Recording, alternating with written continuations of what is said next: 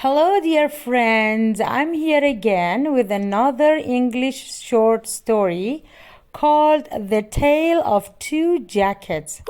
If you are not a subscriber, please subscribe this channel if you like to improve your English by listening to short stories. Andrew walks out of his meeting, completely exhausted. After 3 long days of negotiating, he has finally worked out a deal that is sure to get him a promotion. Despite the fact that he has an early flight back to New York in the morning, Andrew decides to have a few drinks at the pub across the street. He has been in London for 3 days and has not seen any of the city. He cannot live without at least visiting a pub, he thinks. He quickly crosses the street and walks through the blue door of the pub. He notices a coat rack next to the door and carefully hangs his jacket from one of the hooks. Andrew does not really consider it to be his jacket, though. It was his father's jacket, but it was passed down to Andrew after his father died last year. Almost every memory Andrew has of his dad involves him wearing the dark red coat. Andrew walks to the bar and orders a drink. After he has finished, the bartender asks if he wants another drink. Andrew checks his watch and sees his plane is leaving in 5 hours and decides he needs to go. He regrets picking a flight so early in the morning, but knows he will be able to sleep on the plane. He pays for his drink, grabs his jacket, and leaves. It has gotten much colder outside since Andrew went into the pub, so he slips his jacket on. At least he tries to slip it on. He sticks his arm in the sleeve, but the hole at the end is too small for his hand. He tries the other sleeve, but the jacket is too small to stretch across his back. He takes it off and looks at it.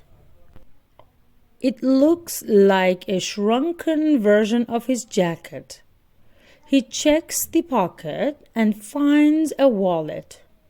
That is definitely not his. He opens it up and sees an ID with a picture of a woman.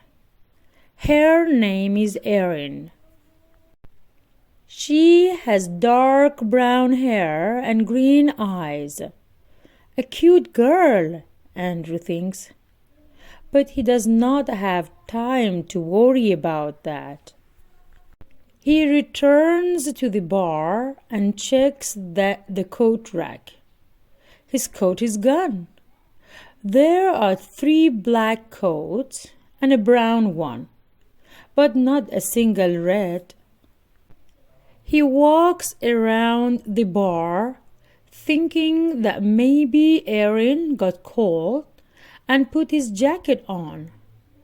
But there are no women in the whole place. He stands still, trying to decide what to do. He cannot leave his dad's jacket in London, and Erin probably needs her wallet. He types the address from her ID into his phone and sees that her house is only a few blocks away. He can stop by her place, trade jackets, and still make it back to his hotel with a little bit of time to sleep. He walks through the night. It is getting colder, and his thin dress shirt does not keep him warm. He finds the house and knocks on the door. When the door finally opens, the woman standing behind it is definitely not Erin. This woman is in her 80th, with bright white hair. Does a woman named Erin live here? Andrew asks her. No, no one lives here but me, she answers. Andrew digs through the pocket of the jacket and hands the old woman Erin's ID. Do you know her? He asks. Oh, yes, that's the girl who lived here before me. I saw her when she was moving out. She's a cute little thing, isn't she? Do you know how I can contact her? It's kind of urgent. Well, I don't really know her. I could call the landlord, see if he knows anything. Well, if it wouldn't be too much trouble, Andrew says. No trouble at all, the woman invites him in, and he sits on the couch. She goes into the kitchen and he hears her talking on the phone. He looks through the wallet, trying to find any clues about her. But all he finds are a couple of credit cards and a picture of her and some friends. She must be pretty special, the old woman says as she walks into the living room. Andrew's head jerks up as he realizes he's staring at the photo. Oh, no, I've never met her, Andrew says.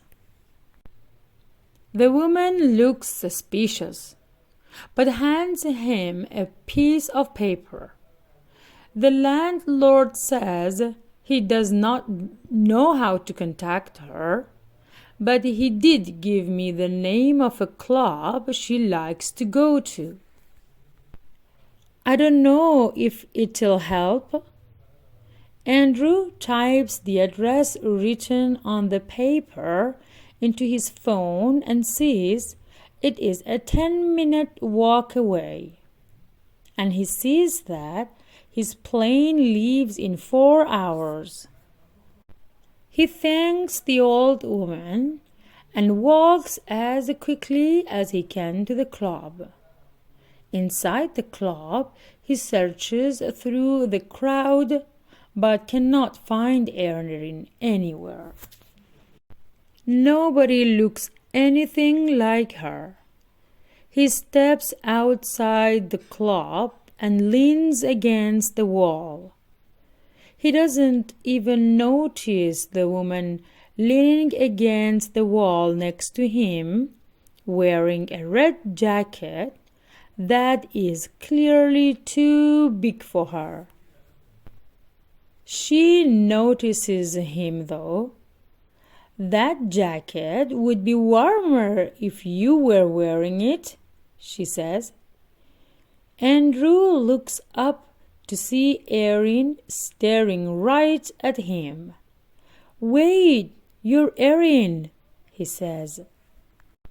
I know, she says, but that's word that you know.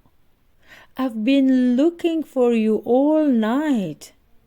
You're wearing my jacket. We accidentally swapped jackets at the pub earlier. How did you find me? She smiles as she says this. Her smile is a lot more beautiful in person, Andrew thinks. It is a long story. Wait, I was at the pub like 2 hours ago. Have you really been chasing me around for that long? Well, I was chasing the jacket, really, Andrew says, starting to blush. I like a person that's committed to his jacket, Erin says as she slides off Andrew's jacket and hands it to him. He slips it over his shoulders and feels Erin's lingering warmth. I like long stories. Want to get a cup of coffee and tell me about your night? Sure. Andrew smiles at her and knows he will miss his plane in a few hours. But he does not care. Thank you for listening, dear friends. If you would like to listen to more English short stories, so please subscribe the channel. See you in the next story. Goodbye.